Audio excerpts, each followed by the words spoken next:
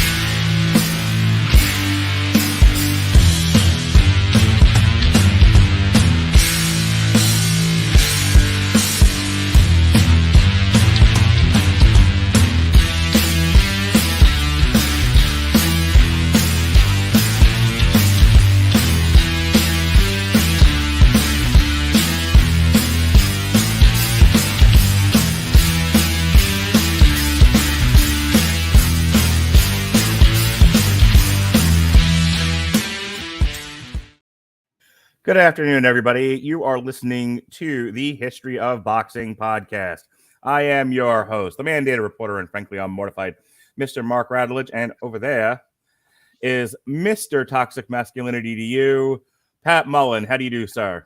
Toxic masculinity is a myth. It's proud out by a feminist regime that's trying to tell you that being a man is wrong. Very good, Pat. We finally got together. We have been trying to do the Barrera Morales trilogy, and finally I just said, fuck it. We're gonna punt it into next year.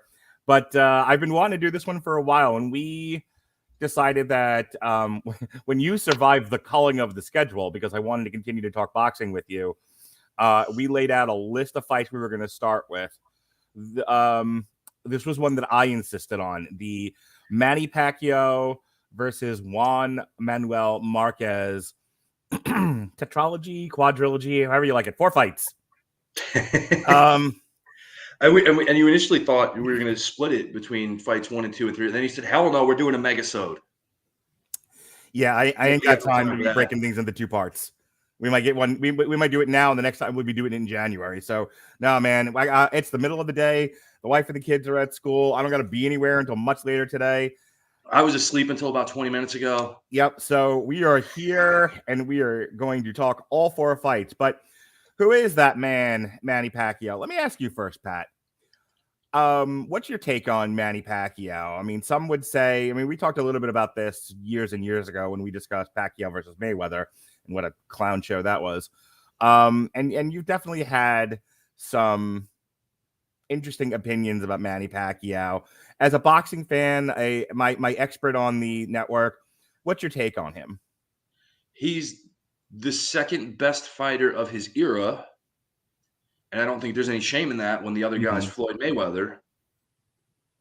Is Manny an all-time great? He's absolutely an all-time great. He won titles in 8 separate weight divisions, which is absurd when you think about it. Going, as flyweight all the way up to welterweight, and winning titles along the way, fighting and beating some of the best guys of his era, one of whom we'll talk about today in Juan Manuel Marquez. Is there a little bit of a cloud on his career? For me, yes, because he was so adamantly against, the drug testing that Floyd Mayweather wanted, where it seemed like Manny just somehow kept getting bigger, stronger, and faster. Also the name of a documentary. Check it out. But at one point in time, it seemed unrealistic at how Manny was able to keep putting on more weight, keep knocking guys out, build more stamina and speed along the way without using some kind of performance enhancement. And for a lot of people, myself included, his adamant refusal to take any type of blood testing or drug testing prior to fighting Floyd Mayweather put that cloud over his career, unfortunately, which is a shame because of how many great things he did accomplish, and how many great fighters he did beat and how great he was. But when something like that goes on, that's a red flag for me. And, the fact that they came out with 3 different excuses. Oh, well, Manny's afraid of needles, but he has like 8 tattoos. No, and the last time he got blood drawn was against Eric Morales, and that was the last fight he lost. It's like, so that's why he doesn't want to have blood drawn again? Okay. It just was very confusing, but he's a great fighter. He's an all-time great fighter. He's the second best fighter of his era, and I don't think there's any shame in that. It's just a shame that there could have been more, and we could have got more answers out of him. Manny Pacquiao, some demographic information, was born in Cabawe, Budignan, and raised in General Santos of the Philippines. He is the son of Rosalio Pacquiao and actress Dionysia Diperjan. His parents separated when he was in the 6th grade, and after his father had an affair. Not take a drink every time we talk about affairs on this episode. He is the 4th of 6 siblings, one of whom, Alberto Bobby Pacquiao, is also a politician and former professional boxer. At the age of 14, Pacquiao moved to Manila and lived on the streets, worked as a construction worker, and had to pick between eating or sending money to his mother. Pacquiao completed his elementary education at Saavedra Sawe Elementary School in General Santos, but dropped out of high school due to extreme and abject poverty. He eventually did get his degree. So, Manny Pacquiao had an amateur record of 60-4 and a record of 62-8-2 as a professional, with 39 wins by KO. Boxing historian Butch Sugar ranked Pacquiao as the greatest southpaw fighter of all time. What do you think about Pat? I think he's objectively maybe number 3. Yeah, because I wouldn't rank him ahead of Marvin Hagler, Pernell Whitaker, but I think he's in that elite echelon, behind them, but maybe ahead of a guy like a Tiger Flowers. In 2020, Pacquiao topped the rankers list of best boxers of the 21st century. I mean, I don't think he's better than Floyd Mayweather, but I guess there's room for debate on the subject. Yeah, again, I'm not going to talk about, Floyd as a person or whatever. That's not what this is about. Right. It's about who's the best fighter, and Floyd was undefeated, including a win over this guy. So I don't really understand the logic, but. All right. And the other half of our series of fights that we're going to discuss, the opponent, Juan Manuel Marquez. He was born August 23rd of 1973. He's a Mexican boxer who competed from 1993 to 2014. He is the 3rd Mexican boxer after Eric Morales and Jorge Arce to become a world champion in 4 weight classes, having held 9 world major titles from featherweight to light welterweight, including the lineal championship at lightweight. In a career that spanned over 20 years, Marquez was known for being a fast and highly technical boxer who is exceptionally skilled at combinations and counterpunches, yet also willing to engage in slugfest with opponents. He is also credited for his toughness and never lost a fight by stoppage. His most notable bouts include his 4-fight saga with Manny Pacquiao, which we're talking about today, and his fight against fellow Mexican Marco Antonio Barrera, which we'll eventually talk about the Barrera-Morales trilogy. Marquez was named the Ring Magazine Fighter of the Year in 2012. He is considered to be one of the greatest boxers of all time and is ranked by BoxRec as the 13th greatest boxer of all time and the 5th greatest Mexican boxer of all time, pound for pound. He was inducted into the International Boxing Hall of Fame in the class of 2020. So let's get into the first fight here. Pacquiao Marquez 1, which took place at the MGM Grand Garden Arena in Las Vegas on May 8th, 2004. And the lead up to this was the Pacquiao Barrera fight on November 15th, 2003. So, Pat, let's talk about Pacquiao Barrera first and how that fight then led to the Marquez fight. Sure. At the time, Manny was known, but he wasn't a superstar prior to fighting Marco Antonio Barrera. Barrera, on the other hand, was considered by many to be arguably, the pound-for-pound best fighter in boxing at that point, going back to when he had beaten Prince Nassim Hamed and had a lot of cachet off of that, had already beaten Eric Morales in their rematch of their first fight, and they would go on to have another fight after this. But he'd beaten seemingly everybody out there and was looking great each time out, and Barrera was a guy who was arguably at the top of that pound-for-pound list, along with your Roy Jones and guys like that at the time, which should tell you what kind of esteem he was held in. Manny came in without a lot of people knowing much about him. Manny had had a couple of fights on HBO to this point, and he looked impressive, but people saw him as another kind of potential, I don't want to say flash in the pan because that means they were discrediting him too much, but they saw him as another guy who, okay, he's good, but he's not Barrera. And instead what happened was he just abused Barrera for the length of that fight, beat him up something fierce, and really stamped himself as, arriving on the scene to everybody. And when he did that, everybody was in shock. And a lot of guys who maybe would have been willing to fight him at that point were like, no, I'm okay. I'm going to go over here now. Well, that, of course, again, leads to now prior to the Pacquiao Marquez fight, let's see who did. Marquez had also fought Barrera. Tell me about that. So Barrera, after kind of getting humiliated by Pacquiao, for lack of a better way to say it, Marco was looking for a way to put himself back on the map. Juan had been fighting in relative obscurity for a long time because he was considered by many to not necessarily have the most crowd-pleasing style, which is funny when you talk about how he's a face-first brawler who's adept at punching. He wasn't always that way. And Juan kind of unfortunately had a lot of mismanagement during his career from Nacho Beristain, who's also his trainer. So he, again, until he started getting this level of fights, he fought in relative obscurity for most of it. But you're talking about when he fought Barrera, that was after this fight with Manny. So we'll crawl with the first fight with Manny, I should say anyway. But we'll get there. But just basically, he was another guy who had a Barrera win, helped put him on the map further after that appearance. At the time of this fight, Juan Manuel Marquez held the WBA and IBF featherweight titles. So Manny Pacquiao, obviously a good choice for contender. And these guys went 12 rounds, and it ended in a split draw. Let's get into this fight. So I watched it yesterday or the day before, and the story of this fight is in the first round, Juan Manuel Marquez gets knocked out like 3 times, like a 10-6 round for Manny Pacquiao. And the pundits are like, oh, well, this is going to be a short night. And for the rest of the fight, all 178 rounds that these guys fought each other, it's going to be until it ends spectacularly in the 6th round of their 4th fight. This is just a back and forth war. And the thing about this fight, the thing about this series of fights, probably the most important aspect of it is it goes right to the heart of the debate over what wins the round in terms of the judge's eye. Because you have Manny Pacquiao, who, and you can kind of shape this. I'm going to throw out some broad statements and you can shape it into a nice little pot if you like. But you have Manny Pacquiao coming forward, throwing more punches, but not landing as many punches. And you have Juan Manuel Marquez doing a Floyd Mayweather where he's fighting off the back foot. He's moving around. He's not throwing as many punches, but he's landing more of the punches that he throws than Manny Pacquiao throws. And the judges who scored these fights, many of whom are in conflict with the pundits who saw it differently, they were scoring it for Manny for the very thing that in many cases frustrates people with mixed martial arts. That pushing the pace,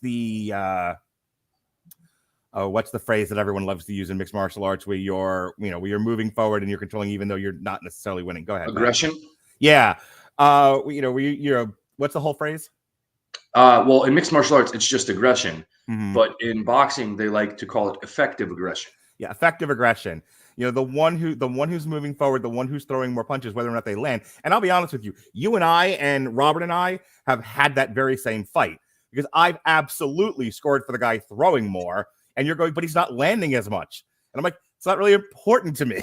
So it's an interesting, looking at these 4 fights is an interesting study in boxing scoring for that very reason. Who went in a close round? Who would you rather be? The guy who got hit more or the guy who was throwing more? And the judges clearly biased towards the former and not the latter. I'd like you to weigh in, Pat, on just that much, this, because I think this is an issue that has plagued boxing scoring since they brought judges in the first place. I mean, listen, again, there's not somebody who's as high profile that I tend to disagree with more on boxing than Max Kellerman. I think he's an absolute twat and knows next to nothing. Mm-hmm. But even he will tell you that in a round that is considered close, objectively, what it can come down to in your own personal mind on how to judge it correctly is, man, who would I have rather been in that round? Right.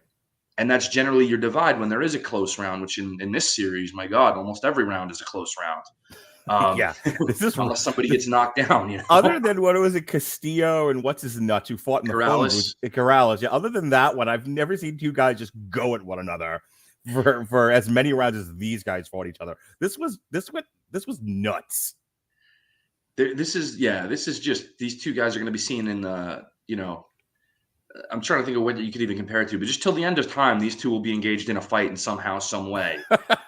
Just standing there toe to toe, one guy slipping, one guy throwing, one guy throwing, one guy like just back and forth. But again, what we're going back to is the nature of effective aggression and how it's impacted scoring. And again, it's supposed to be effective aggression. So if you're coming forward, throwing punches and missing, that is not effective aggression. That's just aggression.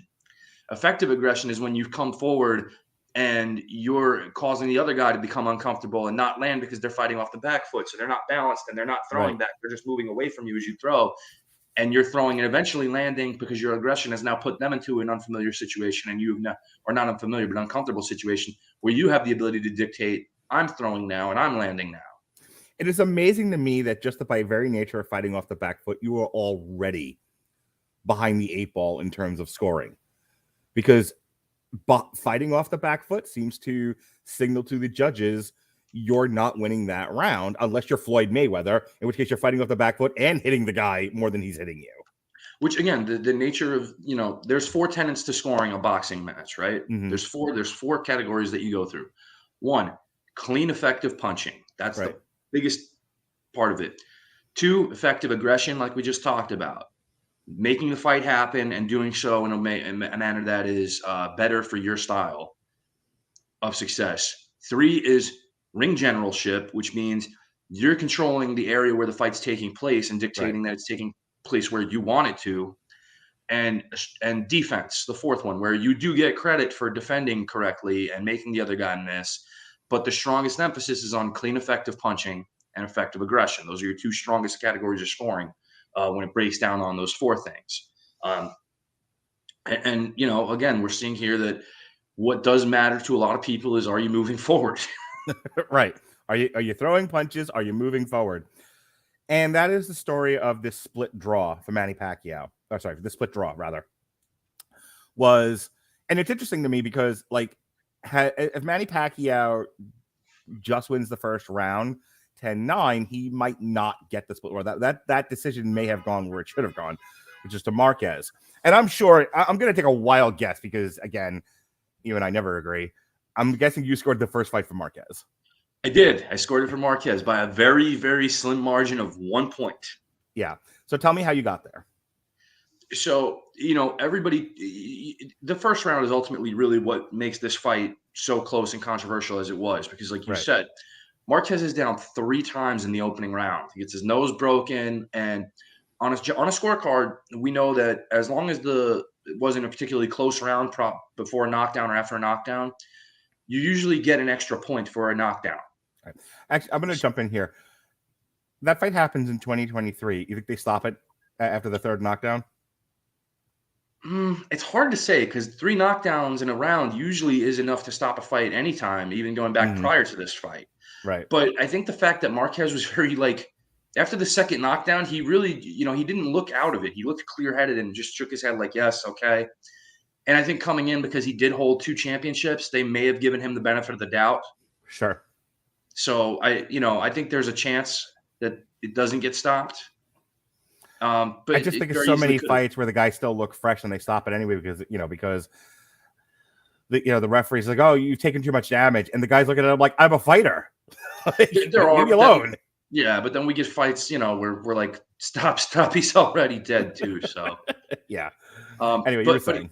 But yeah, so that first round. Now, one of the judges in this fight, Burt Clements, he ended up scoring this fight a draw, 113-113. But he scored the first round 10-7 for Pacquiao instead of 10-6 based on the 3 knockdowns, as opposed to the other 2 judges who scored it 10-6 for Manny Pacquiao. I myself also scored it 10-6 for Manny Pacquiao because of the 3 knockdowns and by virtue of winning the round.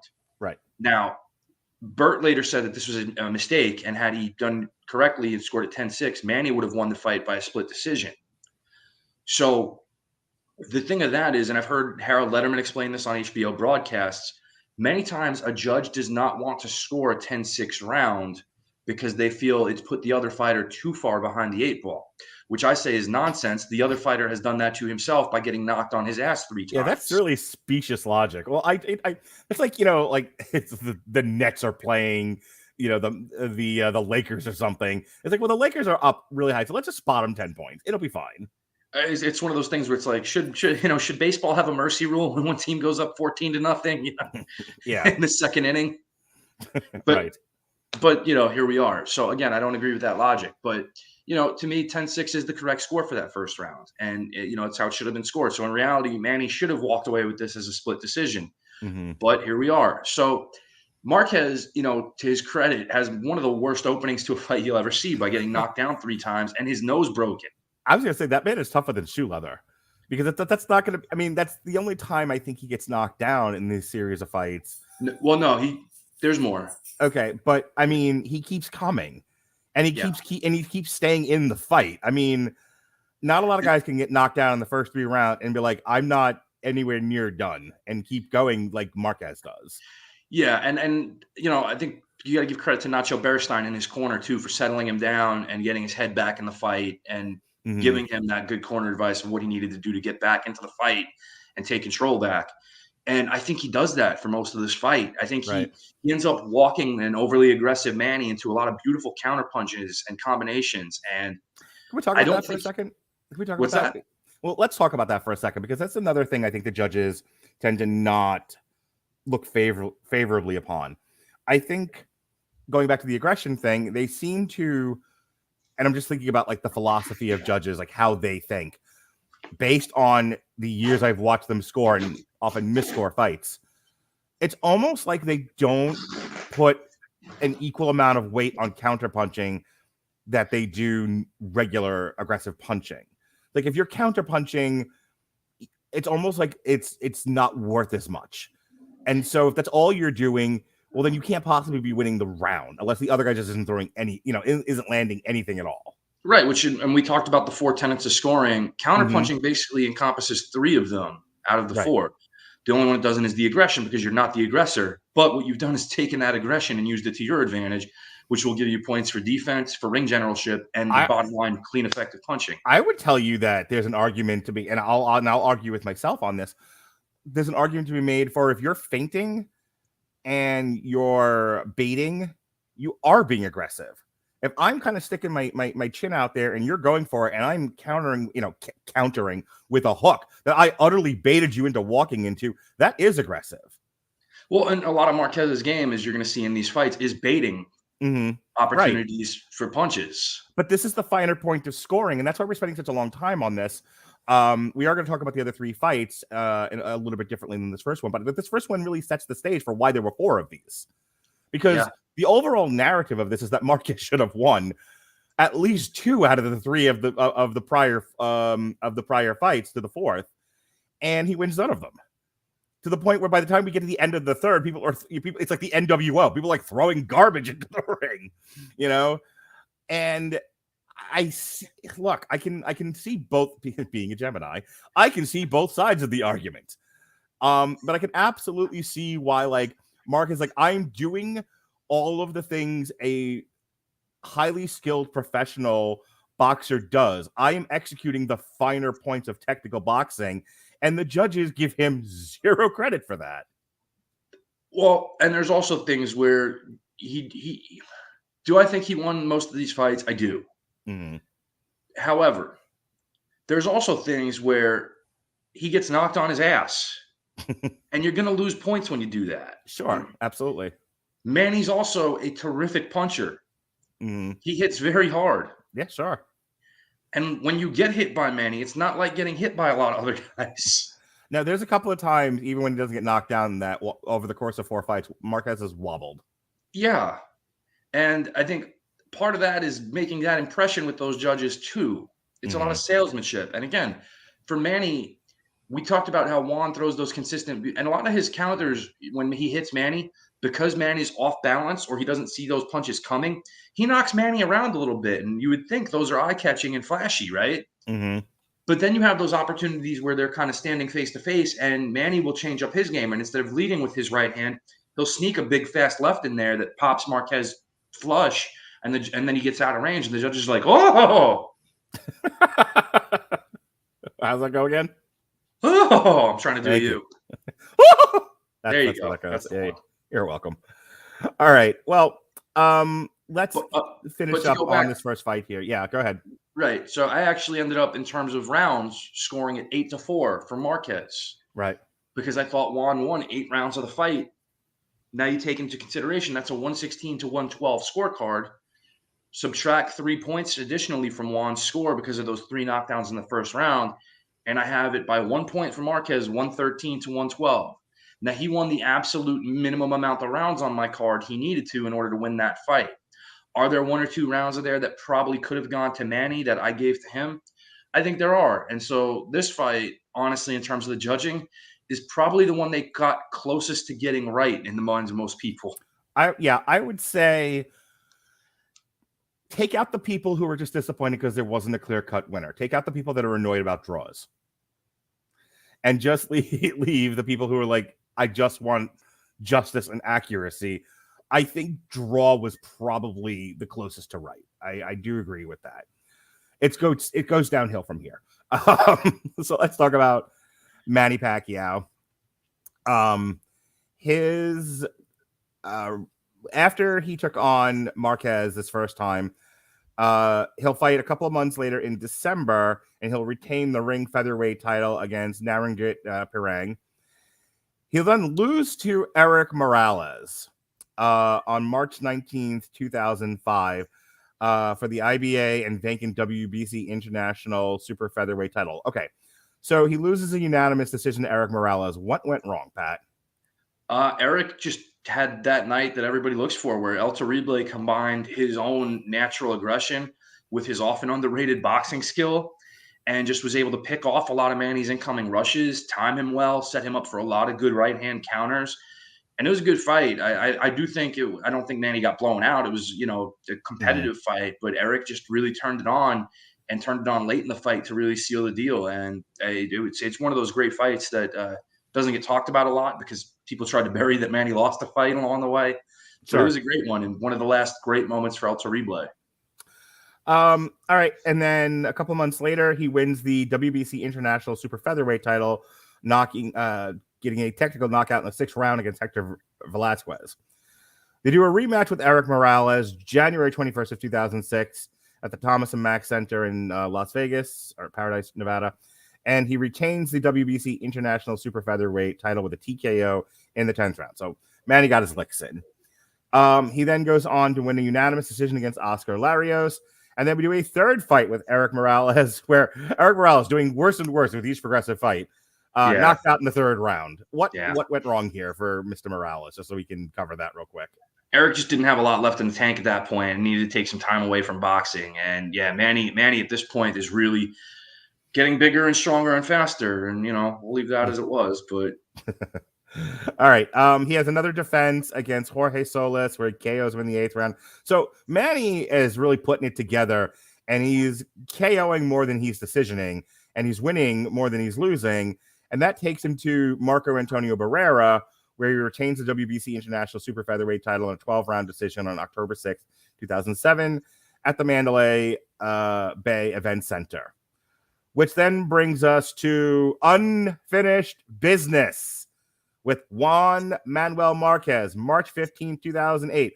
4 years after their first fight, they are competing for the WBC and the Ring Super Featherweight titles.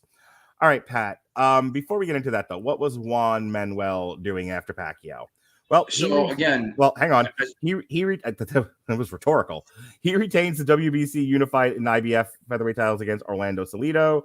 Does it again against Victor Polo in May 7th of 2005, and then attempts to compete for the WBA featherweight title and manages to lose in Indonesia against Chris John in a unanimous decision. What the hell, Pat? So they were supposed to have this rematch several years prior because of the controversial nature of the fight. Sure. And for as great a cornerman and trainer as Nacho Bearstein is, he is a terrible manager because he essentially priced Juan Manuel Marquez out of this fight because he seemed to not understand that as well as Juan fought, he's the B side, Manny's the A side. You're not getting equal pay, equal treatment on this.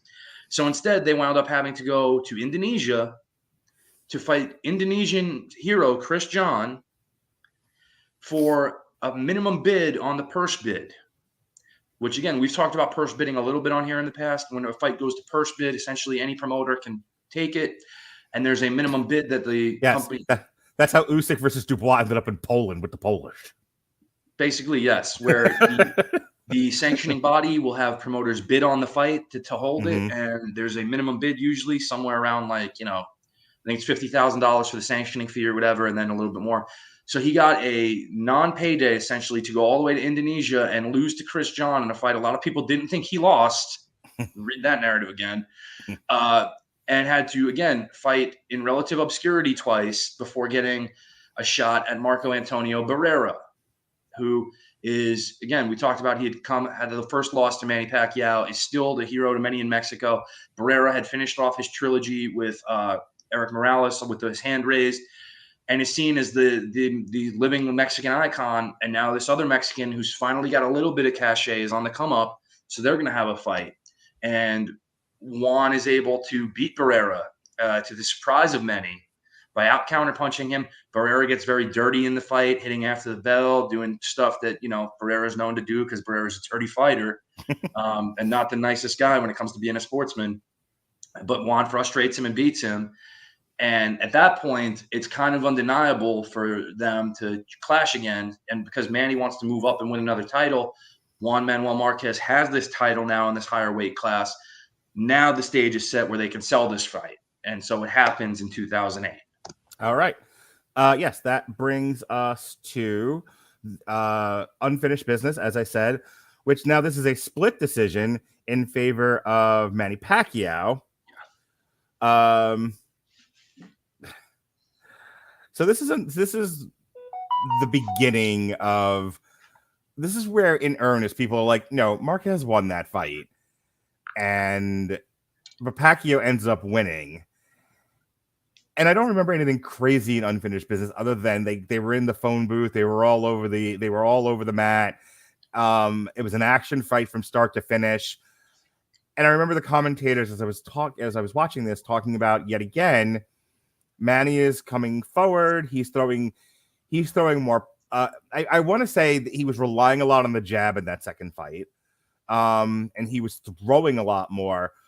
And Marquez was having success sort of picking through the holes in Manny's offense and getting not a lot of credit for it. I think that's a pretty fair assessment, honestly, of how it went down. I remember watching this fight live at the time. The first one I didn't see live. I actually saw it the day after. But this fight I saw live because there's so much hype around it. And there's a knockdown in the third round where, again, Juan Manuel just gets clipped by a left hand and, falls on the seat of his pants. And you can see his reaction was how mad he was at himself for letting it happen again. Right. At the first time I watched this fight, I had it scored 6 rounds to 6 rounds, but the extra point for Manny gave him the edge on my scorecard. Okay. Now I watched the fight afterward again because I had so many people saying, no, I think Marquez had him. And I watched the fight again. And this time I scored it 7-5 for Marquez, which would give him a 1-point margin of victory on my card. This fight at the time was considered like super controversial, still is for a lot of people. I'm going to be in the minority on this one and say I don't feel like a 1-point margin either way or a 2-point margin either way would have been wrong. Yeah, I think both guys made adjustments from the first fight. Like you talked about Manny being a lot more jab heavy in this one and his activity level being higher in order to kind of not allow those windows of counter punches for Marquez, who did still find windows, specifically looking for 1 or 2 movements where he could time it with an uppercut and a hook and come in with it. I would say of the 4 fights, I mean, obviously fourth is very clear who won that one. But I mean, of the 3 fights where it was inconclusive, this is probably the most pick'em of the 3. I think the first one, like I said, I don't think either guy wins. They're pretty close, and I'm good with the draw. So between 2 and 3, this is the closest to could have gone either way. Probably should have gone to Marquez, but there's an argument to be made for Pacquiao. The next one we talk about, there's no argument, but but I would tell you it's funny because another narrative of this fight is Marquez trying to get the Manny Pacquiao monkey off of his back. Like, what do I have to do to beat this guy? Because you know what it reminds me of in modern fights? Canelo and Golovkin. Where where this whole the boxing wing of the Radulich and Broadcasting Network is defined by the gift wins Canelo got against Golovkin to the point where it became a meme amongst us. 120 to 108 Canelo. That's right. And so I look at Marquez, and can you just imagine for the 10 some odd years that these two went at each other? Just that feeling of, what do I have to do to beat this guy? What do I have to do? Because he can't just beat him in the eyes of the judges. He's got to beat him in that ring. It can't just be like, well, what do I have to do to get the judges to see it my way? He actually has to be better than Manny Pacquiao. And reminds me of what they say about men's and women's wages, where a man gets paid X amount to do Y work. And and a woman gets paid less to do twice as much, or she has to do twice as much in order to catch up to the man. Like, that had to have been how Marquez was feeling. Like, I have to do so much more just to be seen as equal to Manny Pacquiao. Yeah, it's because, again, when you're doing everything you could possibly do, and again, well, you're not doing everything. You didn't knock him out. It's not. First of all, it's not easy to knock somebody out. No. It's not easy to knock out the second best fighter of a generation of fighters. Right. Okay, Manny Pacquiao is not exactly made of tissue either. Yeah, there's a reason he is where he is, and he is who he is in this series. And that's not to dismiss Marquez's greatness, but again, when you're doing everything that you're supposed to do that would initially win you a fight, you're out punching, countering, controlling the ring, doing everything you should do with the exception of staying on your feet.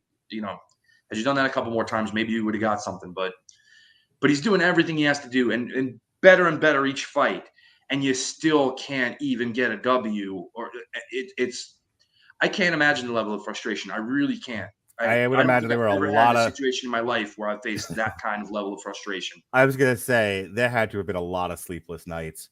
So moving on with Manny Pacquiao's record here, after winning his split decision, eking out a split decision, he wins the WBC lightweight title. Now at this point, this is big money Manny Pacquiao. We are into the box office years. Every fight he fights is like a pay-per-view.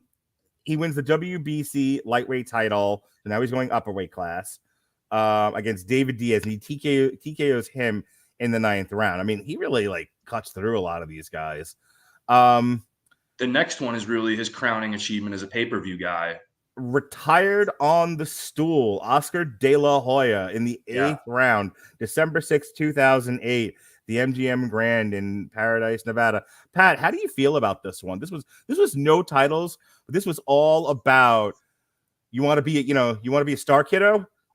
You got to take out the old man and shoot him. And he does. Yeah. I mean, this was an Oscar that had nothing left. They fought at welterweight where Oscar hadn't fought comfortably in a long time. And he had to use IVs and stuff to get back to rehydrate and everything. So there wasn't really anything Oscar had left at this point. And if you haven't watched the Golden Boy documentary, he'll speak very candidly about what was going on in his life at this point in time. Pictures of him in fishnets and such. And But this was him just violently abusing Oscar De La Hoya for 8 rounds to the point where Oscar said, "Nah, I'm good. We're not going to do this again. Okay. We've made our money. We've entertained the people. I'd like to go home now." Yeah. But I'll tell you again, this is the big money Pacquiao years. This is where he becomes the attraction. The big money pound for pound Manny Pacquiao run. Yeah. So after the blitzing of De La Hoya, he goes on to he wins the IBO and ring light welterweight title. So again, he murders Ricky Hatton. KO in 2 rounds. One left hand that just turned Ricky Hatton's lights out. So we talk about going up in weight classes because that's where the money is. We talk about that for a moment. Is him going up to welterweight at this point more this is where the big money fighters are. I want to be on pay-per-view. I want to do big numbers on pay-per-view. I got to go up weight classes because that's where the competition is? Or was it merely, eating his spinach and taking his vitamins and saying his prayers? He just couldn't maintain the lighter weight classes anymore. No, I don't think it's that, because he doesn't stick around in those weight classes, really. I mean, you're talking about he moved up in weight to fight David Diaz at 135, right? Right. He doesn't fight at 135 again. That was his only fight there. Right.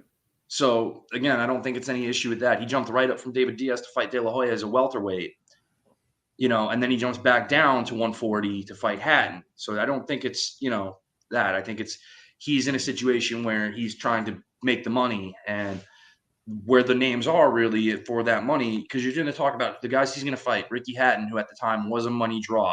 Miguel Cotto, money name at the time. Antonio Margarito had money in his name at the time.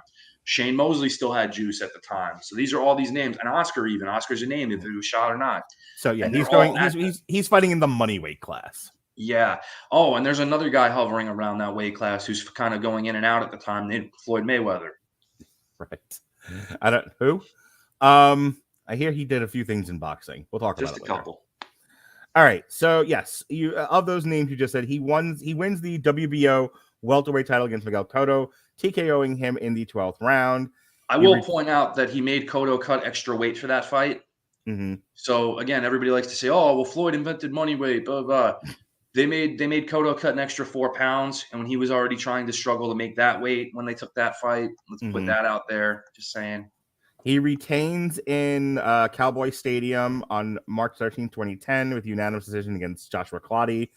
A couple of months later, same year, back at Cowboy Stadium, he wins the vacant WBC super welterweight title against Antonio Margarito in a 12-round decision. Just famous for the Jim Lampley call. Bang! Come on, do you want some more? Bang! Bang! Come on, bang! He decisioned Shane Mosley in May of 2011, retaining the WBO title. And then, which brings us to number 3, where he takes on Juan Manuel Marquez again. Now, what was Juan doing around this time? So after the second fight against Manny Pacquiao, he goes on same year to win the ring lightweight title against Joel Casamayor, KOs him in the 11th round. He also takes on Juan Diaz and retains the ring lightweight title and wins the vacant WBA super and WBO lightweight titles at the Toyota Fight of the year for that year. Great fight. Yep. TKOs him in the 9th round. And then he gets this young up-and-comer, Floyd Mayweather, who goes to a decision. Tell me about the Floyd Mayweather. Tell me about two guys who fight defensively, technically, off the back foot. Tell me about how did they avoid doing a Houston Alexander Kimbo slice here? So Floyd had been retired for a year, if you remember. He actually retired after he fought Ricky Hatton, and then there was calls, come on, please play. So he decided, all right, well, I can't get Manny in the ring. I'm going to fight the guy who I think beat Manny, and that's Juan. Sure. But Juan has been fighting as a lightweight to this point, so they're seen as a huge size discrepancy between the two. So they initiate a catch weight where had Floyd weighed in over the agreed upon weight, which he did, he would have to pay out to Juan, some additional cash, which he did. But in this one, it was really just, the size did matter. And Floyd is, for all his defensive machinations and as good as he can be, Juan, as great a defensive mind as he is and counterpuncher as he is, Juan leaves a lot more openings than Floyd does because of their styles. And Floyd was able to take advantage of a lot of those and just time those counters in better than Juan could. That's not to say Juan didn't have his moment here or there, because great fighters always do. But this one was largely not competitive, with Floyd just kind of dictating the terms of the fight. He knocks Juan down at one point, and basically cruises to a unanimous decision pretty clearly through this. All right. He dusts himself off, and the following summer, July 31st, 2010, back in Vegas, he retains the WBA Super and WBO and the ring lightweight titles against Juan Diaz. He TKOs in the 9th round Michael Katsidis, same year of November. And then he takes a trip down to Mexico for margaritas and tacos. And, just finds a passerby, some homeless named Lacar Ramos Concha. and just knocks him out in the first round. 1 minute, 46 seconds, round one, knocks him out. I'm not even sure he got out of his gear he was wearing on the plane. Yeah, non-title fight where he moved up to 140 pounds to test the water in another weight class. Mm-hmm. I tested he did. And the other guy still picking up his teeth. So after that sets him up for the WBO welterweight title, Manny Pacquiao. Now, they have now fought in like 87 different weight classes by this point. All right, so Pacquiao versus Marquez was at a catch weight of 144 pounds. And this was on HBO pay-per-view. This was a return to HBO for Pacquiao, and it drew 1.4 million pay-per-view buys. We just talked about their previous meetings where may have been some controversy over who won what. And this subsequently led to this rubber match where Freddie Roach, Pacquiao's trainer, said that he wanted to leave all doubt behind. Leave no doubt, Pat. One man enter, two man enter, one man leaves. There must be a winner. And yet again, we throw a dart at the dartboard and hit a passing waitress. This is unbelievable. This fight, more than any in the series, was one where I was like, how did they get this score? Mm-hmm. I watched this fight live with my buddy Tommy, who was a big boxing fan too at the time. And I was starting to train Tommy a little bit. And so he was really excited for this. And, it's one of those things where, like, as somebody trains and learns more, they get to appreciate what another guy does in the ring more. Mm-hmm. And so he kind of was being converted to the Church of Mayweatherism at the time, because now that he's training and understanding how fighting works, he's seeing how brilliant it is for Floyd to be able to do certain things versus just going in there and brawling face first.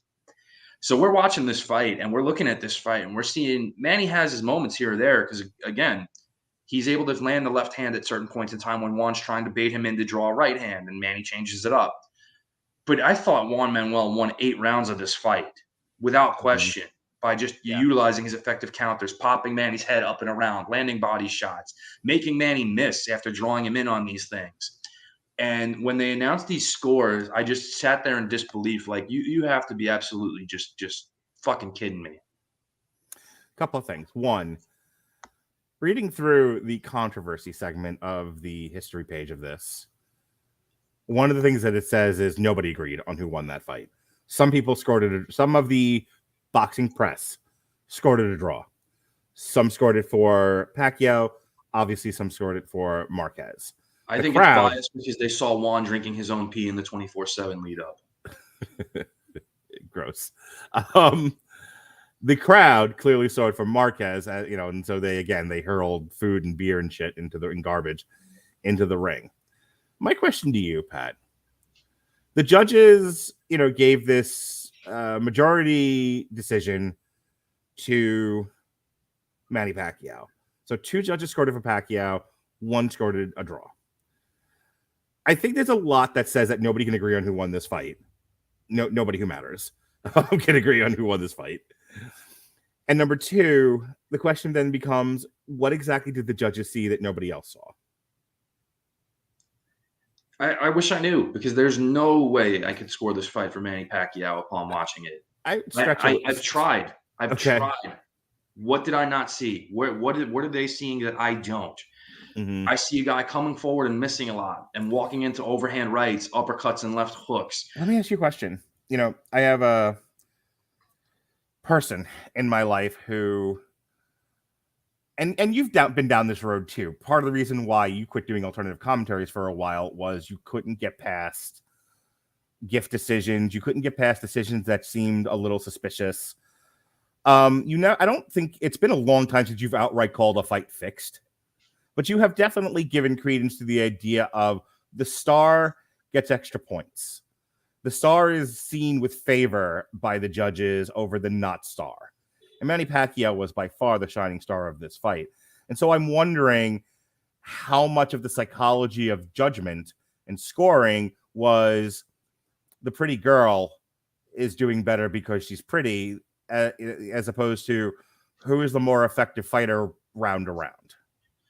The bigger issue with that is You have three guys who are judging this fight. You have Robert Hoyle, Dave Moretti, who has never turned in a scorecard that I think is accurate in his entire career as a judge, and Glenn Trowbridge, who has not only turned in several controversial boxing scorecards, but is also not well liked in the MMA community for some of his scorecards that he's turned in.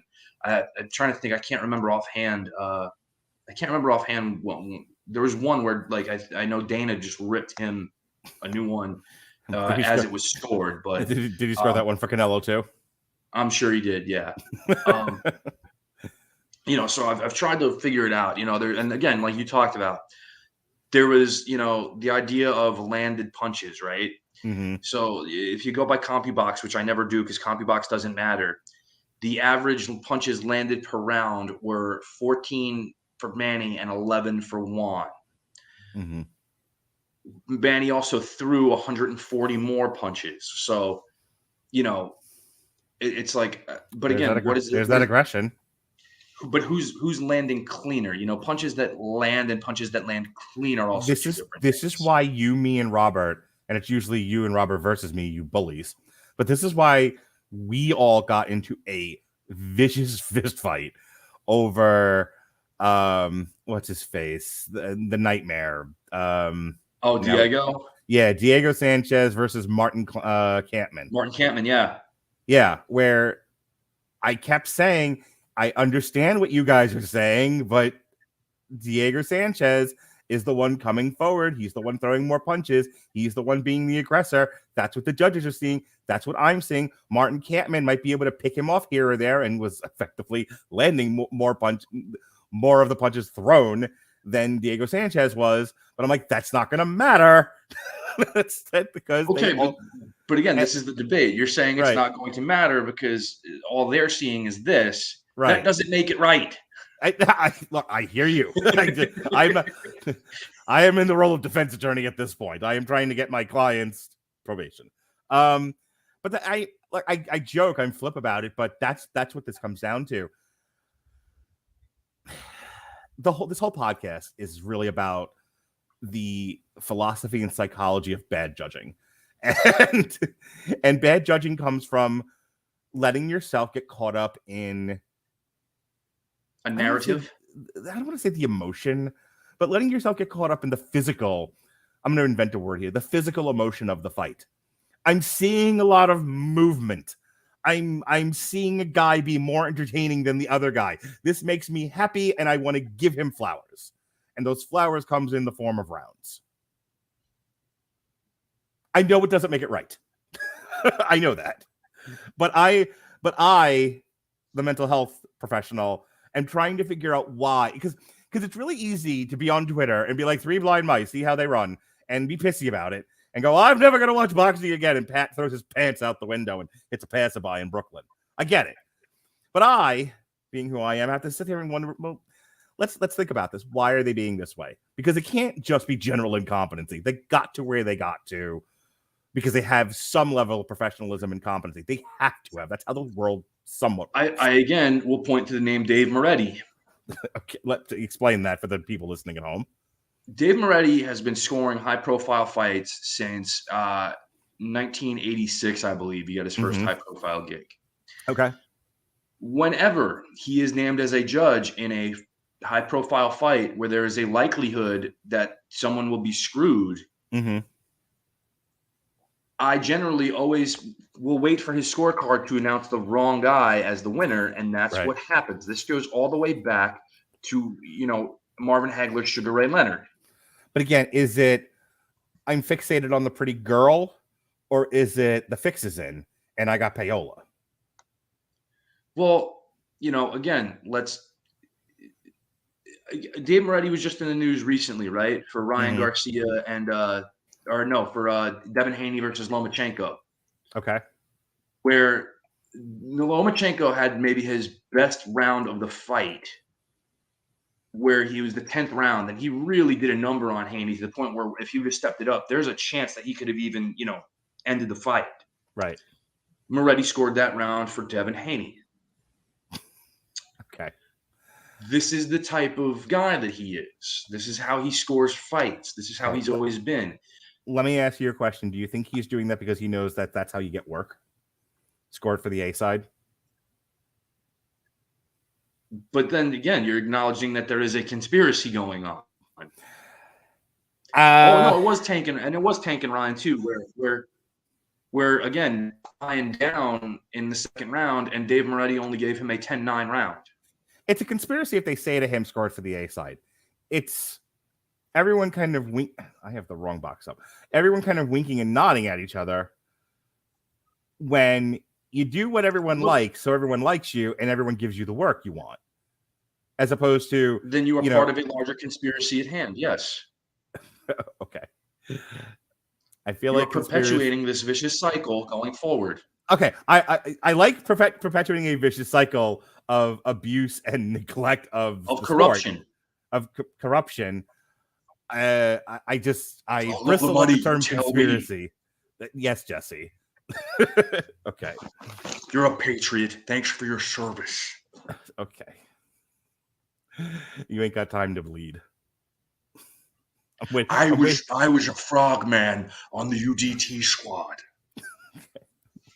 Doing tricep extensions in the Gulf of Tonkin. So, last words on this third fight, if any. If not, we'll move on. Yeah, just this was the most offensive score of the bunch so far, at least in my mind and the minds of many. I know it was a divisive... So if it's me in there, let me ask you a question. If it's me in there, but the same performance for Manny Pacquiao, Marquez wins. Marquez wins somewhere in the neighborhood of 118 to 110, 116 to 112. Yeah. Okay. No, I think I had it 8-4 for Marquez. I've rewatched it. I still scored 8-4 for Marquez throughout. Okay. I just don't see the argument other than, again, inept and corrupt judges such as Dave Moretti and Glenn Trowbridge. I'm going to have to go ahead and say you're probably right. All things being equal and nobody getting favoritism amongst the judges, 8-4 Juan Manuel Marquez, which is a damn shame because, like, it really does color the fight now when you say it that way. And again, in this one, he doesn't get knocked down. He acts more aggressively in this fight than we've seen him against Pacquiao in the past, probably figuring that that's going to notch him more rounds because he can't figure out how he can't win the rounds. So he does this. And it does tell you something very biting about boxing, I think, that you are not rewarded in this sport for being a good boxer. You are rewarded for being an entertaining boxer. And the only one who has managed to break that cycle, the only one who runs up the down staircase is Floyd Mayweather. Mayweather is now too, because Devin Haney's not entertaining particularly, and he's getting decisions left and right now. So here you go. It's true. I mean, Canelo, I don't find to be the world's most entertaining boxer either. So yeah, now that I'm saying this out loud,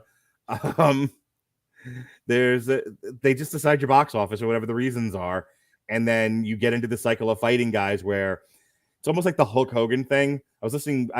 My girlfriend, who loves you, by the way, she heard you on our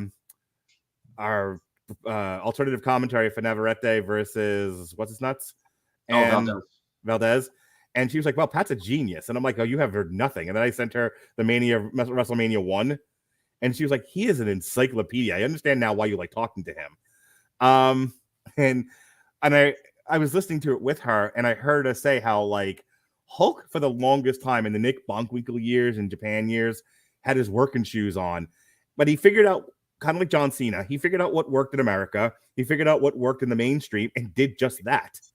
And lasted a lot longer than many guys did without, getting himself sick and too hurt and unable to, and having one of those tragic stories that feature in Dark Side of the Ring. We are a world that rewards entertainment over proficiency, and it kind of sucks. Well, again, look at the numbers influencer boxing pay-per-views do. Yeah. Yes. Jake Paul on a tour of beating up, washed up MMA fighters does bigger numbers than Lomachenko Haney did on pay-per-view. Right. I was gonna say it does bigger numbers than anything else going on, with plus or minus 6 weeks. To another, Tank and Ryan. Tank and Ryan did over 1 million buys, right? Right. When most of us in the know that Ryan Garcia had no visible shot to win that fight because he is a hype creation as opposed to a genuine good pound for pound level fighter. Yeah. Look at the numbers that did versus Crawford Spence, which is the 2 pound for pound guys in the same weight class at the same time, unbeaten, going at each other. But between Bob Arum doing the exact opposite of what you should do as a promoter and his actual entertainment value in the ring, Bud Crawford had the stink on him of being about as fun as wallpaper. Which is, like, don't get me wrong, I love that fight. It was a great fight, and I love Bud Crawford, but I also, despite my liking, shiny, jingling keys and shiny colors, also can appreciate, more so than people like me, actual proficiency and talent. All right. That said, let's move on. So we have our. I don't know, by the way, how after that Juan Manuel Marquez decided he was still going to fight it all. I'm just going to say that. We'll get to that in a second. So Manny Pacquiao moves on from Manuel Marquez. He manages to not get hit in the head with a beer can, and he moves on to the following year, June 9th, 2012. Where he loses the WBA welterweight title because God was like, well, I gave you the Manuel Marquez fight. I'm not giving you this one too. And he loses a split decision to Timothy Bradley because God is hilarious. Tell me about what happened here. What a terrible score this fight was. Continuing our conversation, our ongoing many-year conversation of poor scoring in combat sports. Yeah, I mean, I had this easy 9-3 for Manny. Bradley broke his ankle during the fight or jammed it or something. I forget what it was exactly. But he had a pretty significant ankle injury in the course of this fight. And I don't know if it was, I generally don't know how they arrived at this one unless there was some talk of Manny possibly retiring to go into the Philippines. We were trying to knight a new hero. We were trying to get a star made off of this because Bradley at the time had a lot of juice, being the undisputed junior welterweight champion, having cleaned out that division really down there, and looked like a guy who maybe was going to carry the torch into the future, and seemed to have all the things on paper that you want. He's well-spoken. He's an entertaining style of fighter, even though he's not really a knockout puncher per se. Good public, rapport with everybody. Was very entertaining during the 24/7 build-up to this show, where there's a point where he's like, I don't care if you're Manny Pacquiao, and he's running hard sprints. He's like, you got to prove you're better than me. You got to prove it. Well, he did, but the judges didn't see it that way. Manny Pacquiao, currently not the beneficiary of paid judges. First time for everything,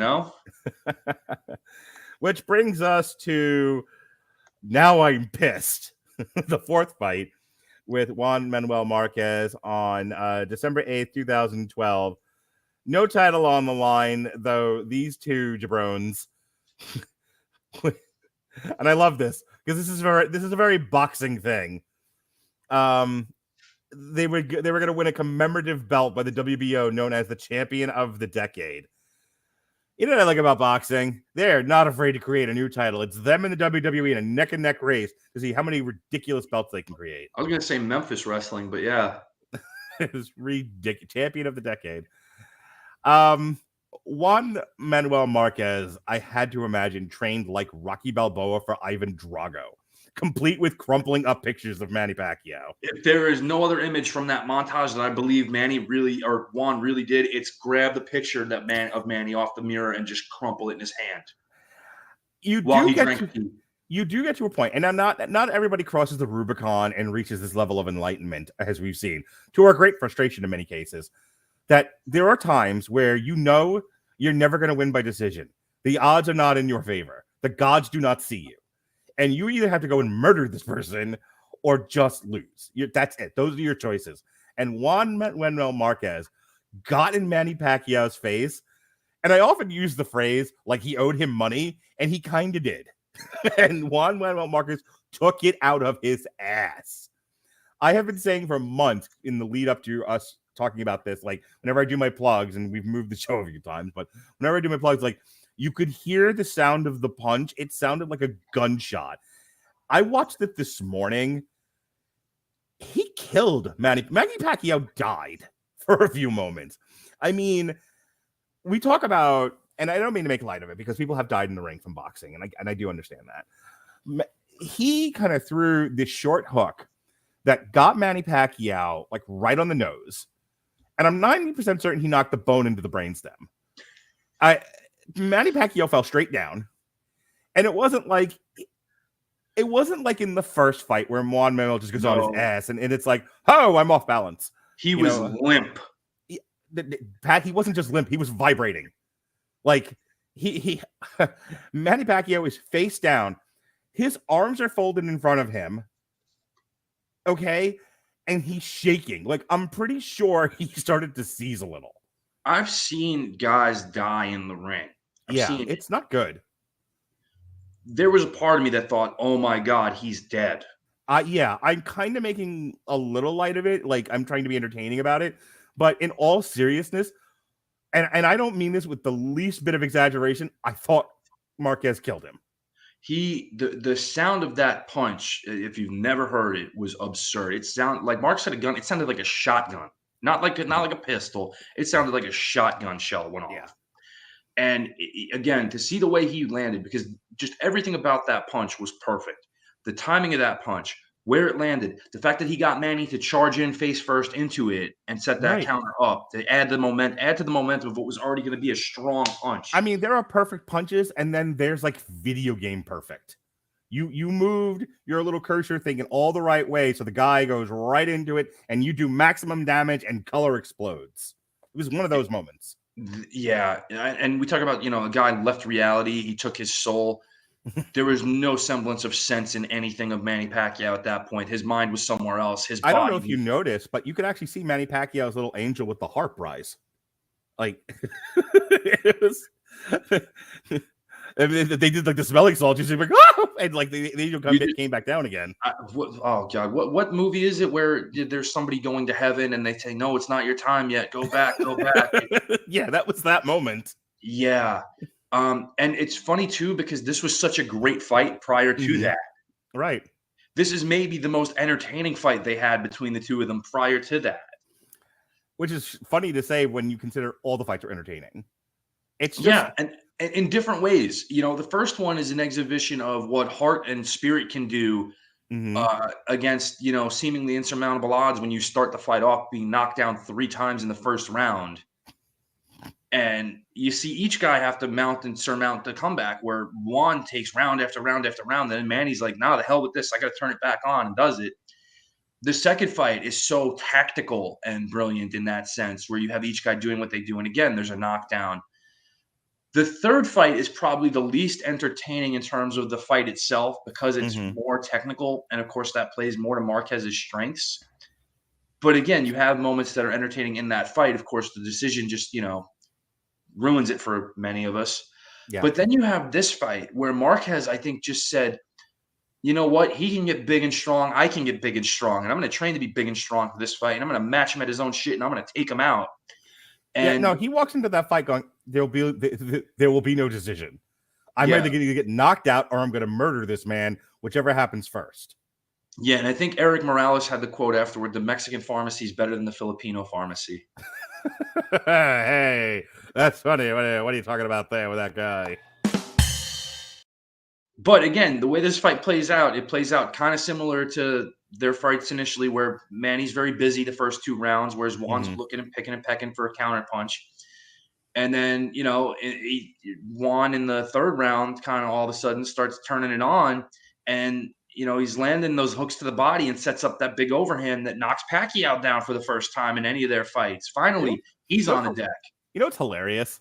The look on Juan Manuel Marquez's face after he does it and drops him, that he's surprised his plan worked.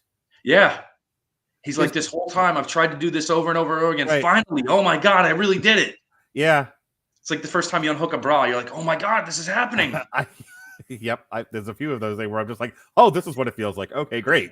Awesome. I've been trying for so long now. It's awesome. I mean, it's the best comparison we can do, guys. What do you want? That's what everyone loves about this show. And then after that happens, Manny almost has like the entitled surprise look, like this isn't how this is supposed to happen, and he refuses to engage for the rest of that round. Freddie Roach hands him a script. He's like, no, I'm supposed to win. See.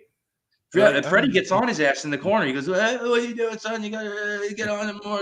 You gotta be more aggressive, and fucking, yells at him basically as much as he can. Pacquiao doesn't even get a count. They didn't even dead count. They're just like, yeah, he's done. We're good here, thanks. They waved it off.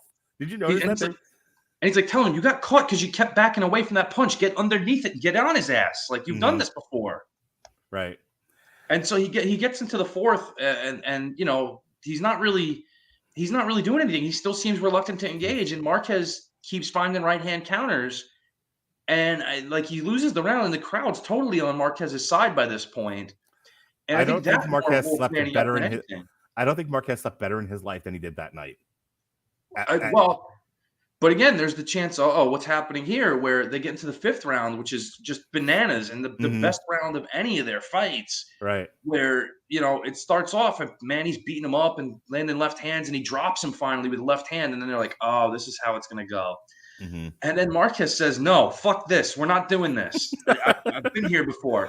No. And he lands a big fucking right hand that shakes Manny's legs. In the movie of this series of fights, this is where he starts having the flashbacks. Yeah. And then they just start trading again. And, you know, Marquez gets buckled, but he doesn't go down. And, you know, it's like, you know, again, we'll go Rocky IV. He's not a machine. He's a man. It's great. You know, and that fifth round is fucking berserk in every one of the best possible ways.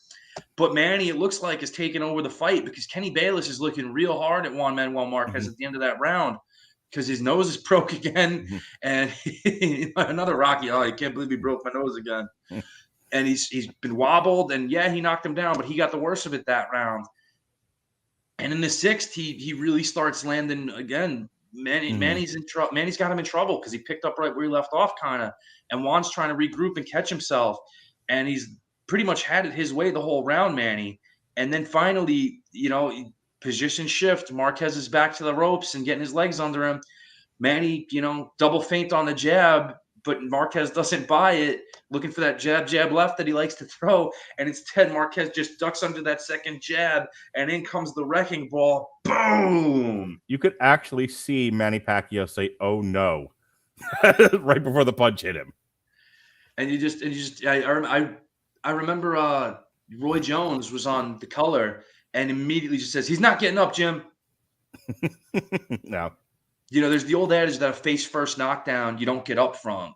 Right. And it's different when it's a leverage-based face-first knockdown, when you get a guy coming in and you bait him and you hit him when he's off balance and lunging. Right. That was not only that part of it, it was also, oh, by the way, he landed the most absolutely absurdly power punch he could to separate this guy from reality. Yeah, I believe he yelled Hoy Udican as he said it. So he finally got, our hero finally gets what was coming to him. It took him 4 fights, but he put it all together, and he said there will be no decision this time, and there wasn't. And this is almost the end of the story, because then he goes on to lose to Hot Pants Timothy Bradley in a split decision for the WBO welterweight title, at which point Juan Marquez says, I'm tired of these goddamn split decisions on these goddamn motherfucking planes. He did lose that fight. I actually, my 2 of my best friends got married that day, and at the hotel, I ended up ordering that fight that I was staying at. And then finally he calls it a career at 64 fights. He wins with a record 56-7-1. Mike Alvarado, a unanimous decision at the Forum in Englewood in the Hood, where he wins and then retires the WBO International Welterweight title. Juan Manuel Marquez. His pay-per-view bouts are as follows. He did 225,000 against Barrera in 2007. The second Pacquiao fight did 400,000. Casamayer did 100,000. Marquez versus Mayweather, over 1 million. And that was on the same night as the UFC had Vitor Belfort and Rich Franklin running. Juan Diaz. I forget. I think there was a UFC pay-per-view the night of the 4th fight between these two, if I'm not mistaken. Against Juan Diaz the second, 200,000. He does 1 million against Pacquiao and 3 and 1 million. Another million, over 1 million against Pacquiao for the 4th fight. And then Timothy Bradley did 375.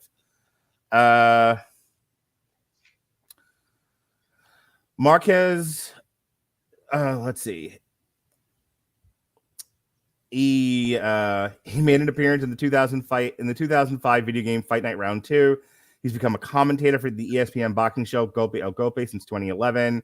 He's a member of the PRI, the Institutional Revolutionary Party. There were former 4-weight division champion Miguel Cotto. The main issue between both camps being the weight, with Marquez looking to fight at no more than 147 pounds, and Cotto looking to fight at 155 catch weight. Cotto Promotions told ESPN.com that negotiations had broken down on August 2nd, with both camps could not settle on what the weight would be. After nearly 3 years out, Marquez announced he would be entering camp in 2017. Marquez revealed he would have a named opponent and date for his next fight at the end of 2017. According to trainer Ignacio Bernstein, Marquez thank you, was looking to return to Toluca, Mexico in June of 2017. It was then pushed back to August. And due to venues not being available, Zanfer Promotions said a date in September or October would be more suitable, the venue being in Monterrey. In August, Marquez announced his retirement from professional boxing after a 21-year career. He told ESPN Deportes, "Today is a special and sad day for me because I am announcing my retirement. The injuries pushed me to make this decision. It hurts, but I'm not going to finish reading this, but I could totally see where, like, I want one more fight, and one more fight takes 5 years to make, and it's like, all right, I'm done." And enough's enough.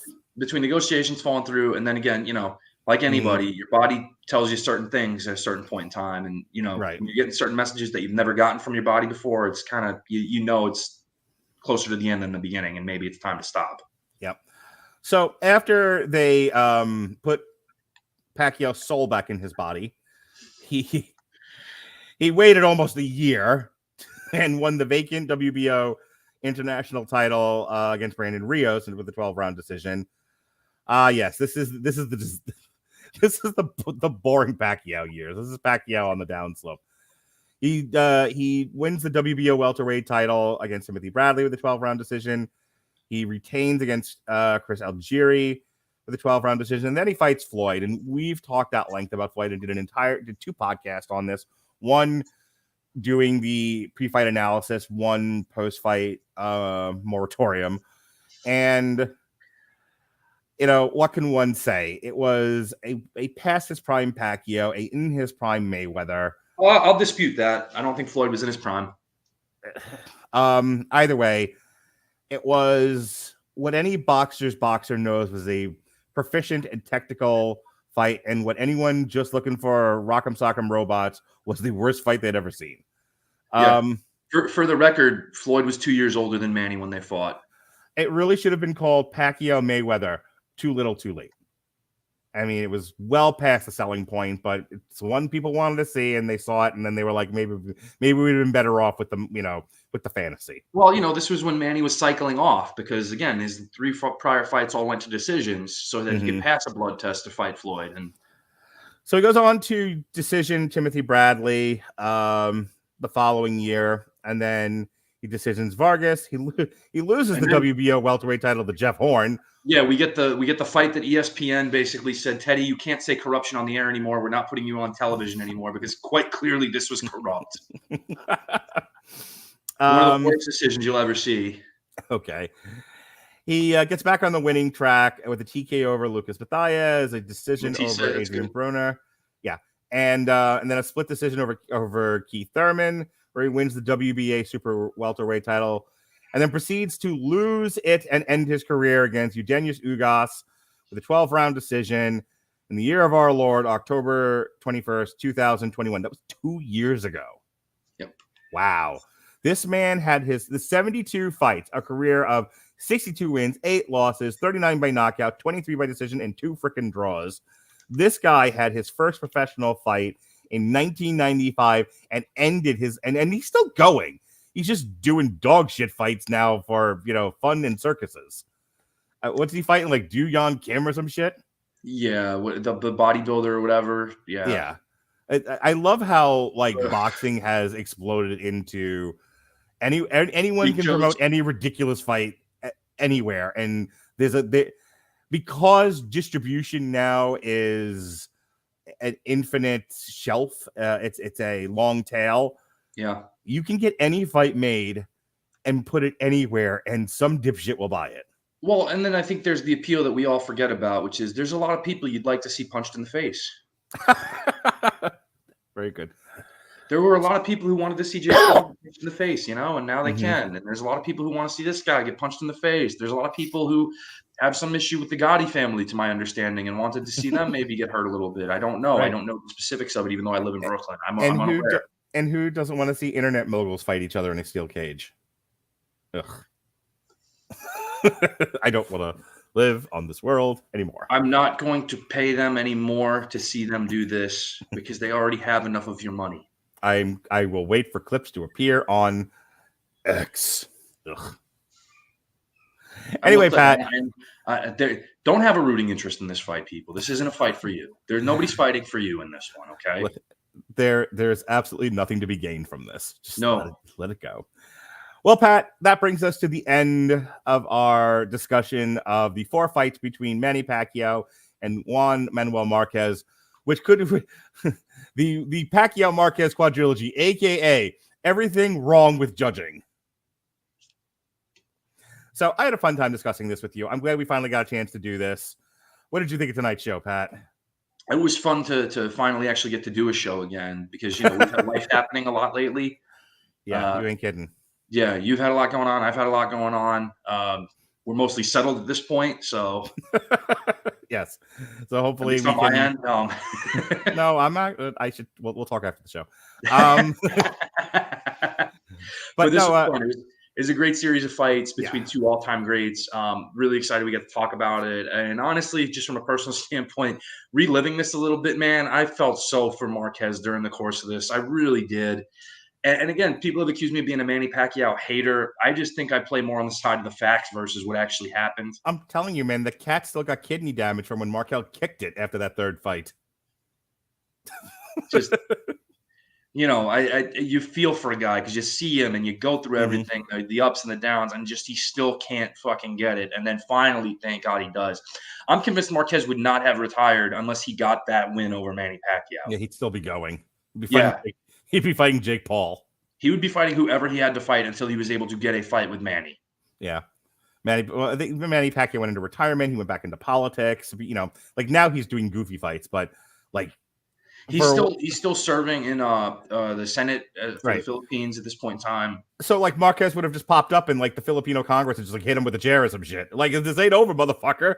I want my win. He would have gone to the president of Mexico. Presidente, we need to start a war with the Philippines. All right. We will be back sometime in the far future. Let's see. Not too far, but future. Yes, we got in this December, as a matter of fact, December 28th, the Barrera Morales trilogy. And then we will, for 2024, we will come up with an all new list of fights to look at next year. What's some of the fights you want to talk about next year, Pat? Oh, I don't know. I know we had a list of stuff that we tentatively looked at, and we got through it. This was the finale. Yeah, it was after this one that we were going to start looking at new ones. Yeah, we'll put a list together of some stuff. We're open to suggestions, so comment on the TikToks that Mark will post. Comment on this if there's a particular fight or fight series you would like us to look at, analyze the go behinds and all the things that led up to it, the aftermath. We will be happy to do that as well. We're always open to suggestion because this is about you. It's about the audience. We definitely should be looking at some De La Hoya stuff for sure. Okay, we can revisit Oscar. All right. With that, folks, that is the end of the History of Boxing podcast for the evening. This past week, we reviewed... Pat was actually on last week's Damn You Hollywood. He was on with Dorian Price, where we talked Dracula, and we reviewed The Last Voyage of Demeter. This past week... We liked it. Yes. This past week, we talked about Blue Beetle and superhero fatigue. Myself and David Wright talked Star Trek Strange New Worlds before it got totally silly. Tomorrow, the movies that don't suck and some that do, fellas, are going to be reviewing Happiness for Beginners and Teenage Mutant Ninja Turtles Mutant Mayhem. Pat, way back in the day, met up with Robert Winfrey, and they talked about Christopher Lee and all his villainy on Everyone Loves a Bad Guy. We'll re-air that show this Saturday. And then this Sunday, for you folk metal people, we are re-airing our Ens Fetum one-man army. And then next week, we've got... a review of Gran Turismo on Damn You Hollywood. Love Clint Eastwood. And then myself and Pat's girlfriend, Alexis Hana, will be. Don't you put that evil on me. We're going to compare and contrast for the first time on TV Party tonight. We're going to look at Dope Sick and Painkillers, both of which were about Purdue Pharma, the Oxycontin product, and the opioid addiction epidemic. And we'll talk about those two shows and see which one handled the material better. It was Dope Sick. We'll talk about it on Tuesday. Is that the one with Matthew Broderick? No, that's Painkiller. The one with that Matthew. The one with Michael Keaton is Dope Sick. And then we've got some canned ham for you next week. We're going to re-air the Ink review that Robert and I did when he made me watch it. We're going to re-air me and Alexis talking about the Banana Split movie that was on Sci-Fi. The movies that don't suck and some that do will do their review of Last Voyage of Demeter and Heart of Stone. And then Everyone Loves the Bad Guys back with Tim Curry. That's what's going on the Rattle Legend Broadcasting Network. Pat, I'm not even going to throw it to you for plugs because you don't do nothing except if it's with me. All your false starts with Gavin never happened. So with that said, folks, thank you for joining us here on the History of Boxing podcast. For Totally 80s, Pat Mullen, I'm the mandated reporter, Mr. Mark Radulich. Be well, be safe, and behave.